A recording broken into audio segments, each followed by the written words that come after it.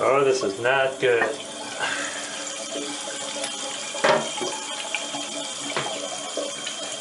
The toilet fill valve keeps running. And this is one of those Fluidmaster plastic valves. When the float comes up, it's not closing the valve. It used to be that this top would come off and you could replace the valve in there, but I don't see any way of getting that off. David here, and the project for today is replacing the toilet fill valve. First thing you want to do, come down to the water supply, cut off that water supply, then flush the toilet to get the water out of the tank. With the water supply shut off, the tank won't refill, but you can see there's about a good 3 or 4 inches of water in there, and you're going to have to mop that up and get it out of there. And no matter how much you mop up, you're always going to get some on the floor when you take the valve out, so you need a lot of rags and maybe even a pail or something to catch the water. I was able to get this cap off. I broke these little 2 white plastic knobs that hold the cap on. And then if you twist this, it's got a bayonet mount.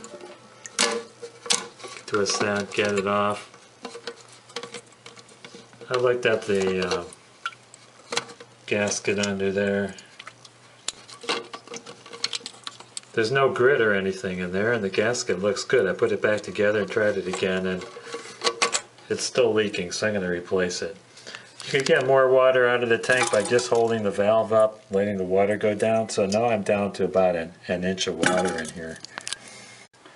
Hey, did I mention I was lazy? I'm going to use a shop vac to get the water out of there. Just remember, when you use your wet dry shop vac for vacuuming water, you have to empty the shop vac and get all the dirt and sawdust out of there. And then you also have to take the paper filter out of there. That filter is not supposed to get wet.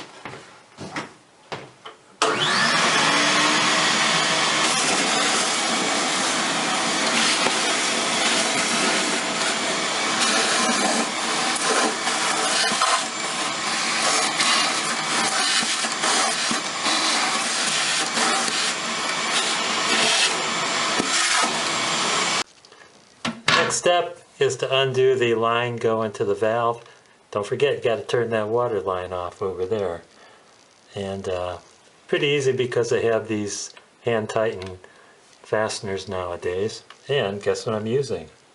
My Harbor Freight Braun stick LED light.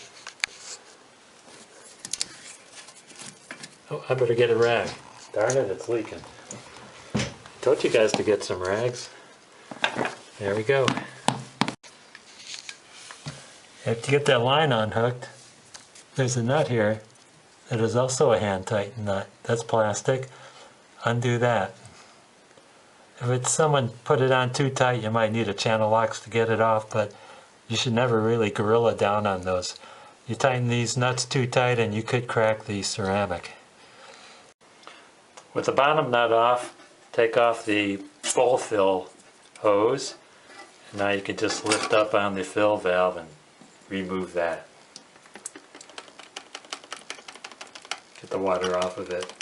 Fortunately, I didn't get too much water dripping on the floor, so it wasn't more than a few ounces. Get a rag and clean off the mating surface where the gasket's going to seal at the bottom of the tank. That'll ensure that you don't get any leaks. And do the same on the bottom as well. Looking at the easy to follow directions, 3 steps. Adjust height, install, connect. Can't beat that. Does anybody read instructions anymore?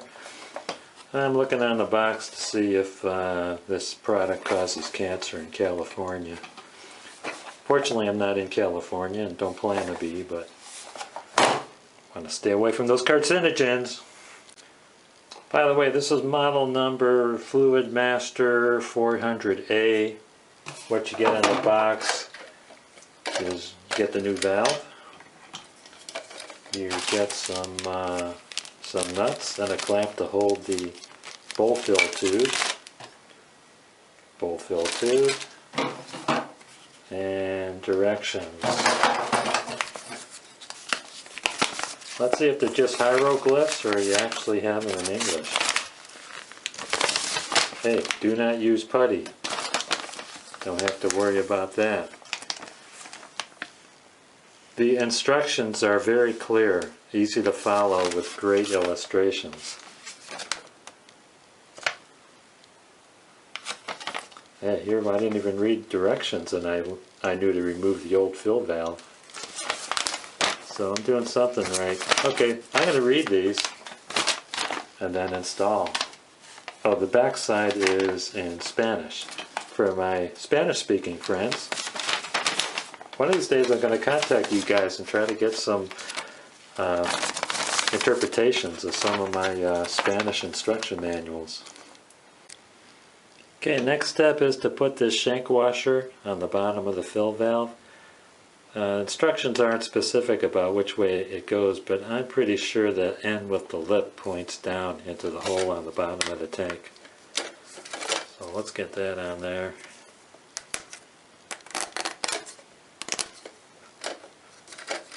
Okay, they say not to move this lock ring. It looks like these vertical lines on there are supposed to fall in place with one of these vertical slits on the valve. And then while you're holding the gray side, you twist the black bottom end to screw it out to make it longer, because they say it's pretty critical in the instructions that this part of the valve body has to be 1 inch above the overflow tube, just like we see over there. Okay, so I'm going to play with the length to get it to fit this toilet tank. While I'm at it, let's put the tube on here.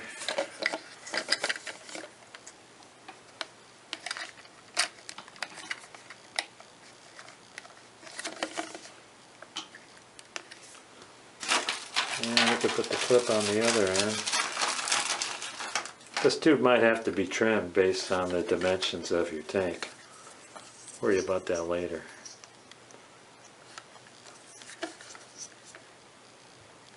I've got the height adjusted, but when I try to make that mark 1 inch above this drain pipe, it hits the it goes above the surface here, and the top of the tank cover would interfere with it. So I had to take it just about level with the tank cover, and this line is about even with the drain hose. And I remember that happened about 12 years ago when I put the last valve in, so I'm just going to have to live with it that way.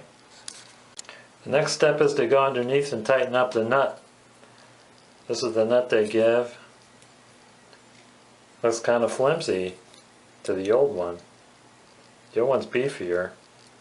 I think I'm going to use the old one. The threading should be the same. Remember, hand tighten, don't use a wrench. Make sure when you align this that none of the parts interfere with the flush handle, and also press down on the valve while you're tightening the nut from outside and underneath to give you a little more torque. There is supposed to be a slight arch on this refill tube, but this comes above the level of the tank, so I'm going to trim that down and still try to keep an arch on there without interfering with the lid of the tank. Once the valve is tightened down, hand tight, now we can connect the water supply. This gets tightened hand tight as well.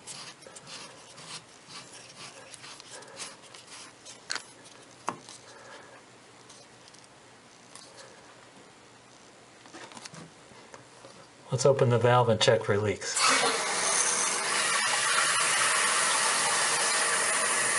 What's going on up here?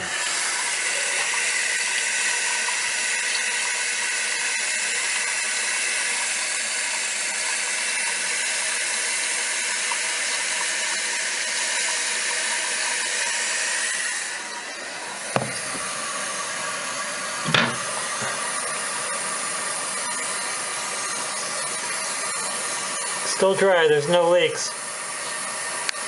Also, check this hose for the bowl fill hose. Make sure it's aimed properly. A lot of times people hook these up and it's not aimed to go down this drain, so it has to be properly aimed to go down there. Next job is to adjust the height. The water height in the past was coming up to about here. I want to raise it about 1 inch. So I'm going to turn this knob,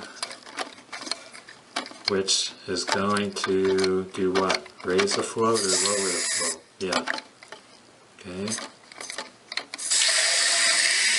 Turning it clockwise to raise the level. Is that right? Going counterclockwise. That lowers the float, which means the valve will close sooner, which means that lowers your level. So when I was turning clockwise, it stopped where I was. So I'm at the end of the travel, and let's see how it works. Well, there are no surprises in there, huh? It could have been gross. Flush is okay. Filling okay. That's good. Drained properly.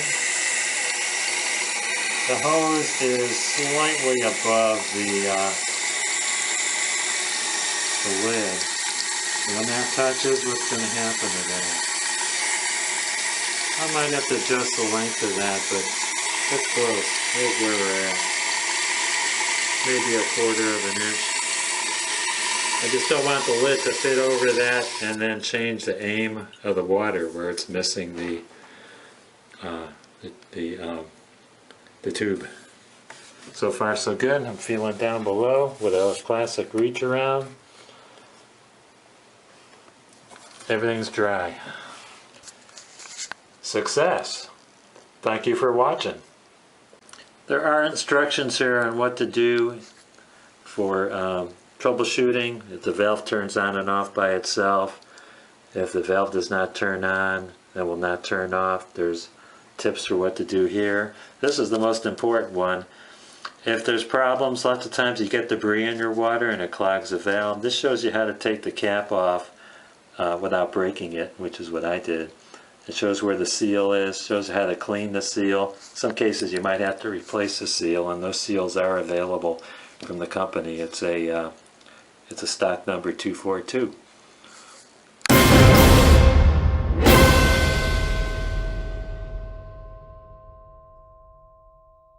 Gun owners of America. Gun owners of America. Gun owners of America. Gun owners of America. Gun owners of America. If you're sitting at home and you contribute to the gun owners of America, stop giving. The only no compromise gun group in Washington. They're tougher than the NRA, aren't they? That's right. The NRA is bad, really bad.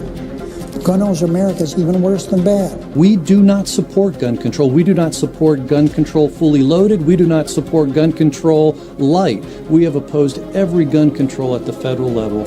After days of silence following the Las Vegas attack, the NRA announced it was backing new regulations on bump stocks. Interestingly enough, while the NRA is saying maybe we should regulate, restrict these bump stocks, Eric Pratt says no.